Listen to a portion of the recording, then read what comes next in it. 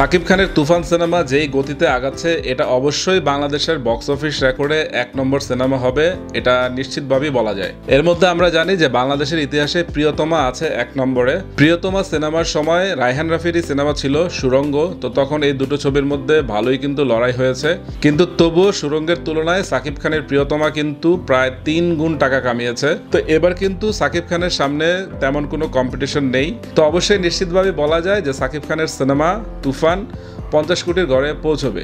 এখন তুফানের চোখ হচ্ছে কলকাতার দিকে, তো কলকাতায় সেটা 28 জুন মুক্তি পাবে। তো আমরা যারা রিভিউ করি আমাদের রিভিউ কিন্তু কলকাতার মানুষজনও দেখেছে, তারা কিন্তু অলরেডি জেনে গেছে যে তুফান সিনেমায় সাকিব খান কিভাবে হচ্ছে এসেছে, এবং তুফানের ট্রেইলার কিন্তু কলকাতাতেও একদম ঝড় তুলেছে। তুফানের ট্রেইলার বলি কিংবা টিজার বলি বা কলকাতার মিমি চক্রবর্তীও কিন্তু তুফান সিনেমায় আছে, তো সেই দিক দিয়ে তুফানের এটা একটা পজিটিভ দিক। তুফান সিনেমা যখন কলকাতাতে মুক্তি পাবে আমরা আশা করছি যে তুফান সিনেমা কলকাতার বক্স অফিসও ঝড় তুলবে, কারণ বাংলা সিনেমা এরকম একজন আলফা মেলের দেখতে পাওয়া সেটা তাদের জন্য সৌভাগ্যের ব্যাপার। তো এখন শুধু সময়ের অপেক্ষা যে সাকিব খানের তুফান যখন কলকাতায় মুক্তি পাবে তো তাদের বক্স অফিসে সেটা কতটা নাড়া দিতে পারে, কারণ সাকিব খানের সিনেমা কিন্তু এর আগেও কলকাতাতে মুক্তি পেয়েছিল, যেমন শিকারি কিংবা নবাব, তো সবগুলোই কিন্তু বক্স অফিসে মোটামুটি ভালোই করেছে। এর মধ্যে শিকারি কিন্তু বক্স অফিসে একদম তাণ্ডব চালিয়েছিল কলকাতার বাজারে।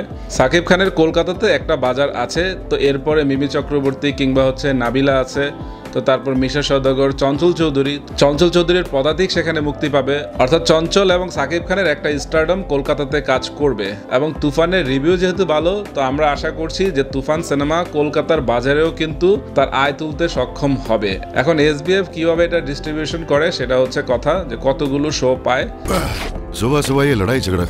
এবং কলকাতায় যেহেতু প্রবাসের প্রচুর ফ্যান বেজ আছে, তো সাকিব খানের লড়াইটি কিন্তু অত সহজ হচ্ছে না। এখানে সাকিব খানের একটি সুযোগ আছে, যেহেতু প্রবাসের কালকি একদিন আগে মুক্তি পাচ্ছে, তো রিভিউ সেই দিনই হয়ে যাবে। যদি রিভিউ ভালো আসে তাহলে কালকি বক্স অফিসে ঘুরে দাঁড়াবে, আর না হলে সাকিব খানের তুফান যেহেতু একদিন পরে মুক্তি পাচ্ছে, তো সেই জন্য ওখানকার রিভিউ খুব ইম্পর্টেন্ট।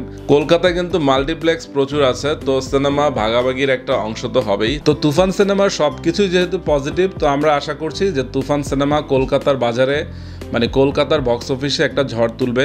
তুফান সিনেমার ট্রেইলার, টিজার কিংবা গান সবকিছুই কিন্তু কলকাতার মানুষও পছন্দ করেছে।